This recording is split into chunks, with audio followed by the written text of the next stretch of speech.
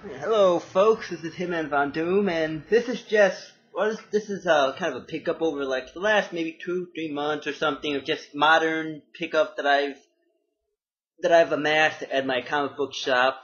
There's anything special, no first appearance, no old stuff, just modern stuff, and I just figured I'd show them off and maybe kind of give a little mini review of what I thought of each of them. X-Men Legacy 269.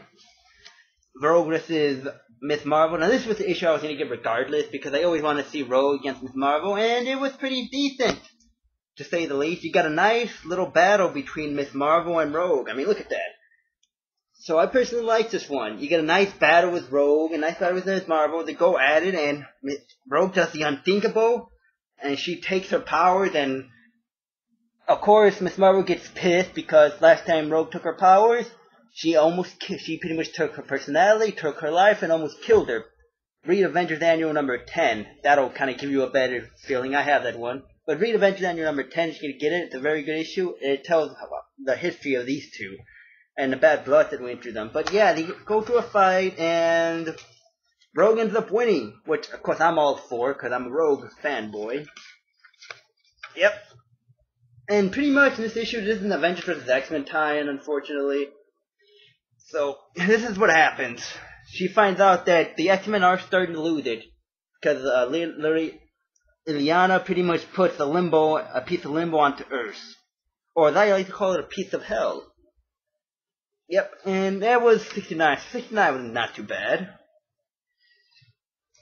270, continuing the story arc. This one was, it was so-so. I like the fact that, Ms.Marvel, Rogue finally realized that the X-Men are starting the Phoenix 5, which, well, I don't think I need to say anything about that. It's kind of dumb. But anyway, the Phoenix 5, she finds out that the leads are starting to lose, and she decides to finally do something about it and help Ms.Marvel out. Yep, see that? And pretty much, they look about to make it through, and Liana finally catches Rogue, and, she realizes that she was testing Rogue. She was just testing her, and, to see if she was gonna help her stick with the X-Men, and she failed, and she ended up getting banished to some sort of alien world. And, pretty much, this issue was alright. It wasn't great, not bad, not good, just okay. And then this issue was continuing that story arc, 271, and, well, it is her on an alien planet in the middle of, I guess, a civil war, so to speak. So anyway, yep, this is it. And again, I don't really think I could say anything about this, but at the end, though, she runs out of Ms.Marvel's powers, though, because she had it kind of on loan, and she runs out, and she's in this sticky predicament. And look what's next there. Thanos rules. Sorry, but I just had to show that. And anyway, there's not much to say about this. She's caught in a civil war. She's, caught in a civil war. She's on an alien planet. She's helping some people out in order to get back home. She runs out of her Ms.Marvel powers, and she ends up becoming the alpha of a group. The alpha male, or female, as you will, in this group. And pretty much that's it. I mean, this issue was, I mean, what can I say? And other people might like it. For me, it was just, I just didn't really hit it for me. I mean, it was just meh for me, meh. I guess that's the best word. And this one, I don't think I'm pretty sure I've shown, so I could go here. Batman and Robin, number 5. Batman and Robin, number 6. Is another one. Finally, Batman and Robin, number 7. Batman vs. Dugard. I don't know if I've shown this. I can't remember, folks, but anyway, this story arc. The first story arc was pretty damn good, I will say. You get a nice, brutal battle between Dugard and Batman, and in the end, Damian crosses that line that you're not supposed to cross. And in this issue, here's what happens in the end. Where is it? Bam! Right there. He ends up killing Dugard. Robin ends up killing someone. Now, this is why I like Damian Wayne, because he does not mess around, folks. And in the end, he says, "Forgive me, Father, for I have sinned," and this is lifeless corpse. But that's the end of the first story arc, folks. And ooh, Darkness 2. I just really wrote that, but yeah, this is the first end of the story arc, and like I said, the story arc was pretty darn good. Batman and Robin, folks, and like I said, some people don't like Damian Wayne. I am the person who disagrees with that.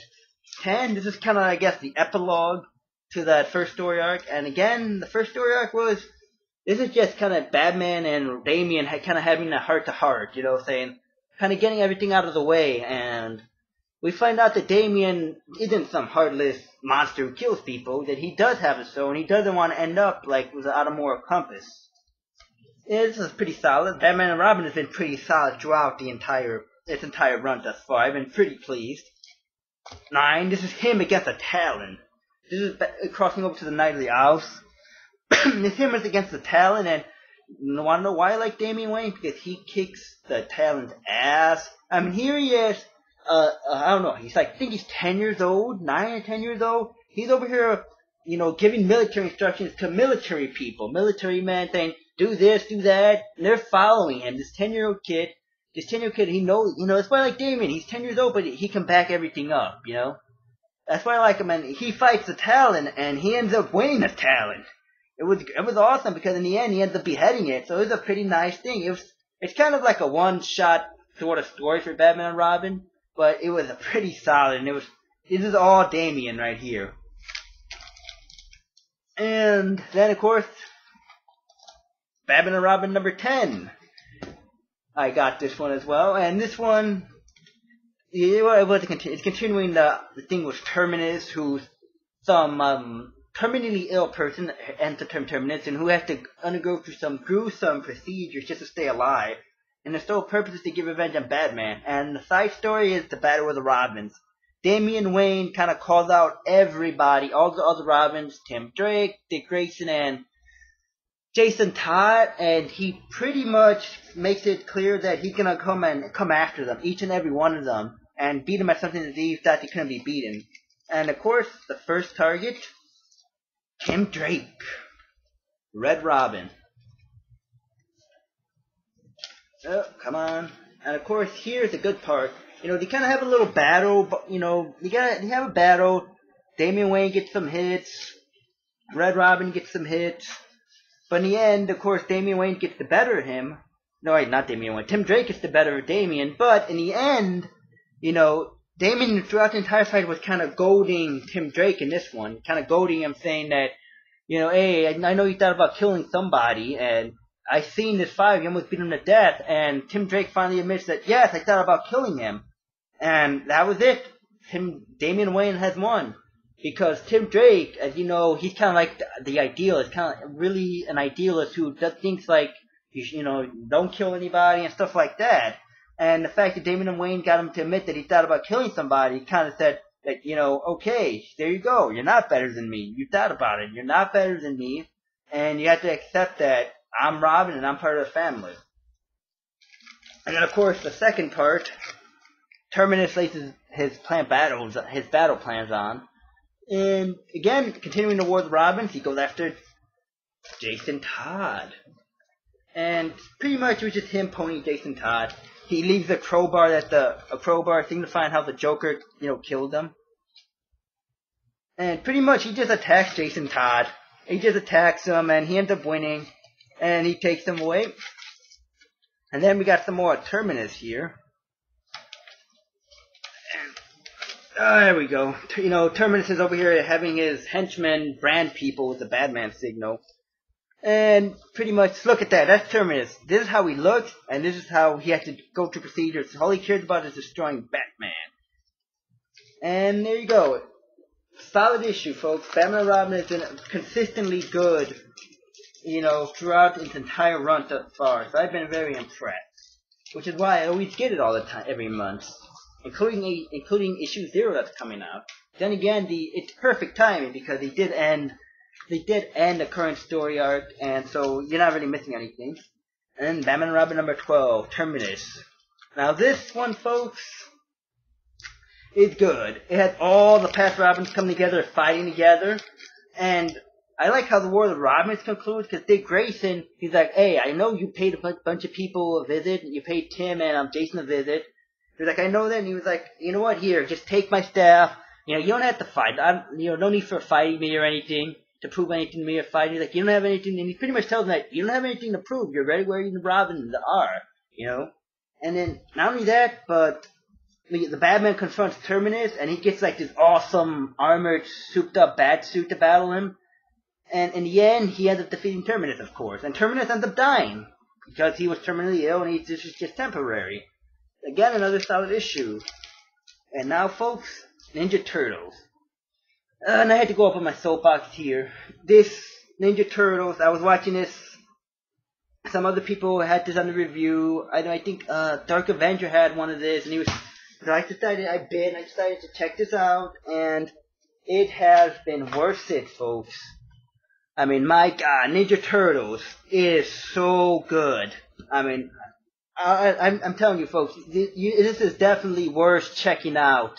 Especially the first story arc is worth checking out, folks. It's worth checking out. Like, you know, you got the $3.99. It's $3.99, but it's worth the $3.99 because it's so good. Which is more than can be said for Justice League. I mean, you know, Justice League, the first story arc was good, and then I picked up like one issue, and I picked up another issue, and then it was like, it was just meh, you know? It didn't feel like it was worth paying that extra $1, so I kind of dropped it. Jim Lee does the artwork, he's doing artwork now, but the good art just, you know, it just doesn't save the story that I don't find interesting. Although maybe I might pick up number 12, because Wonder Woman's supposed to get together with Superman. But anyway, Ninja Turtles. Splinter is, dang it! I should start doing this on my own normal thing I normally did. But anyway, the Shredder kidnaps Splinter, and Splinter pretty much just has to fight the entire army. He sends his Foot Clan after Foot Clan member to fight him. He sends his mutants to fight him. Can't remember her name. It's like a bunny. Okay, that kind of sounds lame, but a mutated bunny. And he also sends in like some muscular foot soldier, Karai and stuff. And Splinter just takes them down one after the other after the other. Ay, ay, ay. Folks, this is a very, very, very good. Very, very, very good. I mean, and what I like, it's like, it's not for children. It's not only, you know, I think it's one of these books that, you know, you can actually show your kids too, you know, because it has something for adults and it has something for children as well. You know what I mean? And it's pretty cool because in this one, he's trying to see if he doesn't know that it's his ancient enemy, Hamato Yoshi. And of course, I grew up with Ninja Turtles, so I know some of the stuff. And he kind of refused to join the Foot Clan. And this is just continuing the story arc there. That Splinter is still coming after one, after the other, after the other, after the other. And he's tiring, but he's still managing to fight these off. And the Ninja Turtles are looking for their father. They're looking for them, and then finally someone from the Purple Dragons helps them and says, hey, I know where it's at, and he shows them the way. And again, it's another solid issue. Great, great story arc, great action. I mean, it's just great. And last, but certainly not least, Ninja Turtles number 12. Now this, folks, is awesome. It is an awesome issue. Splinter fights the Shredder, and because Splinter is just, he's old, and he's just taken out pretty much virtually the entire Foot Clan army, you know, he's tired, so of course he gets a few hits on Shredder, but Shredder ends up defeating him. I mean, he fought the entire Foot Clan, for God's sake. I mean, here he is, right there, you know, he's about to get him. He's about to kill him right here, and then the Ninja Turtles end up joining the foot soldier right at Shredder, and man, it just kind of reminded me of the old movie, you know, them fighting the foot soldiers. It was just so awesome, you know, it just takes me way back. It's kind of a nostalgic feeling, but the Ninja Turtles fight the Foot Clan and Shredder, and of course, you know, Shredder, you know, starts mopping the floor with all of them, and then he uses teamwork, and he take down Shredder. And of course, Leonardo confronts him, and he kind of had like a little bit of a face-off with him, and Leonardo gets the best of him as well. But anyway, folks, it's a great issue. I mean, the artwork's pretty decent, but the writing is absolutely amazing. The battle scenes are awesome. I mean, if you're not picking up Ninja Turtles, folks, pick it up or try to get these issues at least. Like, try to get like 10, 11, and 12 like the issues that I have, because you will not be disappointed, folks. It is amazing, absolutely amazing. Now I had to get down off my soapbox, but awesome, folks, awesome. And of course, this is old. I know this is old, but End of the Earth. Dang it! I'm not doing this in my room, folks. I'm doing this in the living room. This is Amazing Spider-Man 684, Amazing Spider-Man 687, Spider Island. Wow, that's old. I know I have another Spider-Man Island spider somewhere. Maybe not. Alright, I think I might have missed one out. Oh, Amazing Spider-Man 685. I missed 86. That's what I missed. But End of the Earth. So I got all the most of the End of the Earth story, which, now, folks, the thing about it is, it's pretty decent. It's a lot of action, a lot of stuff. But the one thing I say, was it the best story ever written? Spider-Man story ever written? No, it wasn't the best story Spider-Man ever written. It wasn't the best story Spider-Man ever written. But is it flawed? Of course it's flawed. There's something that are kind of dumb in here. Is it flawed? Yes. Is it the best story? No, by no means it's not. But is it solid and entertaining? Yes, it is. Is it a good read? Yes. This story arc, End of the Earth, is a very solid, entertaining read.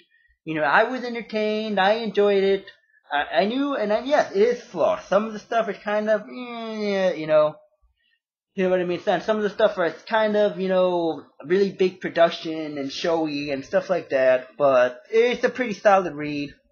Nonetheless, and of course, I like, Spider-Man confronting Dr. Otto Octavius, of course, and Dr. Otto Octavius is dying and plans to destroy the world, and I like kind of, I like the classic feel where it's like Spider-Man, the underdog against the world. Spider-Man, the underdog, how it's always been, like, when you were growing up, if you were growing up being Spider-Man, it was always him versus, like, anyone who was always the underdog. Especially in, like, the Silver Age ones. And this is kind of brought me back. It's like him, with insurmountable odds going against something, going against a ton of people, public opinion. He's severely outmatched, and it's like, that's like classic Spider-Man right there, Spider-Man pretty much the underdog going, succeeding no matter what the odds are. So, End of the Earth. And then of course, I had to get Scarlet Spider. I mean, come on, folks. Scarlet Spider. And I'm not going to review, and it's not a very good, by the way. That's just an extra polybags I have. But anyway, yep. I'm not going to do any review because, well, I'm probably going to end up doing, when 10 issues of Scarlet Spider come out, I'm going to end up doing another State of the Scarlet Spider. I plan on doing them every 5 issues. Hopefully I do that for a long time, and hopefully Scarlet Spider's for a long time. But, yep, number 6, Scarlet Spider number 7. I just love the cover to this. I like the white here. It's a nice dynamic. And, of course, Scarlet Spider number 8, which is pretty hilarious, kind of. But, yeah, number 8. And my final thing that I've recently gotten was Batgirl. Now, I have read Batman Inc. I have read that too. I have read in Batman Inc., but I didn't buy it. See, at my comic book store, you can actually take a comic. They actually have reading chairs in my comic book store. You can sit down. You can, read the comic, see if you want them or not, see if you want the comic or not. If you don't want it, you can put it back. The owners are very cool. They're very cool about it. I go to Challenger's Comics and Conversations in Chicago. It's right off. People live in Chicago. It's right off the Blue Line, Western stop. And, it's a nice place. And there's half my face. But it's a nice place to go, folks. I mean, the owners are really cool. They have really good events sometimes. I mean, they have some nice events, autograph signings. They do some good stuff there. And like I said, they have reading chairs. You can sit down, read a comic. If you want to buy it, maybe not. They're not going to harp on you on that. Because I've been to other comic book stores where it's like you pick up the comic and you even look through a page and, there's someone hovering over you, breathing over you, watching you, like, pretty much essentially pissed off, waiting for you to put it back. It's like they don't want you to read or skim through it. And that's not the way the comic book store that I go to is. It's kind of almost like a Bizarro version, too. Because not only that, too, but it's also really bright. It's really bright. A lot of comic books I go to are pretty dark and not well lit. But, yeah, I like comics. That's just, plug-in, I guess, my Challenger's comic book store. And, well, of course, like I said, when I thought about, well, when I read Batman Inc., I read like 2 issues there. And I think I talked to actually one of the guy, he's like, so you're not gonna get Batman Inc. I was like, I told you the same thing I told him, cause I read like some of the pages and he's like, I saw you were looking at it, like, you're not gonna get it, and I was like, he was like, I told him the same thing I'm gonna tell you guys, I mean, the story is not bad, the storyline it's not by any means bad, it's not bad, it's actually decent, it's pretty good. But for some weird reason, I just cannot get into the book. I mean, I don't know, I just can't get into it. I told him that, and he was like, oh, it's understandable. I was like, and I told him the same thing I'm telling you guys. Like, I don't understand. I just cannot, for some reason, I just can't get into the book. I don't know what it is. I just don't know what it is. I guess there are gonna be some comic books, some video games, whatever in life that, for one reason or another, for some reason, you're just not gonna be into something. And that's how I feel about Batman Inc., Batman Incorporated. It's not bad, it's good, but I just can't get into it. I just don't know. But anyway, off of that, Batgirl. And this is actually the first Batgirl that I ever picked up. And I'm talking way back, going to Barbara Gordon before she got shot and crippled, going on to Stephanie Brown, going on to Cassandra Cain. This is the first Batgirl issue that I ever picked up ever, and I picked a great time to pick it up. This issue, I mean, I was just looking in the comic book shop, kind of, seeing if anything interested me, and the cover interested me. You know what I mean? It really interested me. I kind of read a few pages, skimmed through, and I was like, the artwork is pretty good. The artwork is pretty damn good in this, And the storyline was absolutely amazing. I mean, I was like, whoa. I was kind of like at the end, kind of by the end, I was like, whoa. And then I was like, oh, I gotta get this next month. And then I was like, wait a minute, issue 0 is coming out next month. Darn it, I have to wait 2 months to read it again. I was like, damn it. But anyway, I gotta wait till October now, so that's not cool. And we also get a nice battle between Batgirl and Batwoman. I mean, and it just shows some of the pages here, folks. I mean, look, Batwoman comes in, and Batgirl's trying to calm her down, and look at this. Hey, calm down. Look at Batwoman. Bam, bam, bam, bam, and she finally gives in, Uncle. And of course, you have a little interplay and stuff like that, but yep, there's a reason she's called Batwoman and she's called Batgirl, because Batwoman completely owns Batgirl, or owns Batgirl in this issue. But it's a very solid issue, folks, and they leave you on this really cool cliffhanger. I mean, look at this, because this is, Nightfall, a person her age, same age right here, and this is how they leave us in the end. She gets stabbed by, Nightfall. And now I gotta wait 1 more month. I gotta wait 2 months to finish this. It's like, they hooked me. They hooked me good. And not only that too, but there was also a really great twist in this. And it was, James Gordon Jr., the son of Jim Gordon, the Commissioner Gordon, we all know. We found out, he escaped from the Dark Knight. Yeah, I guess you have a little thing that this happened in the Dark Knight. And he escaped. But when he escaped, and he's backing Nightfall. He wants Nightfall to win. He's rooting for it. He's kind of like the villain. He's the villain in the story. And when I saw that, like, what? Well, where is it at? Where is it? That awesome arc. Right here. You keep them alive in jail, James. Why is that I want to? Then I admire your vision. And he's going to eventually he's the villain, James Gordon Jr., So, pretty much, let me put it this way.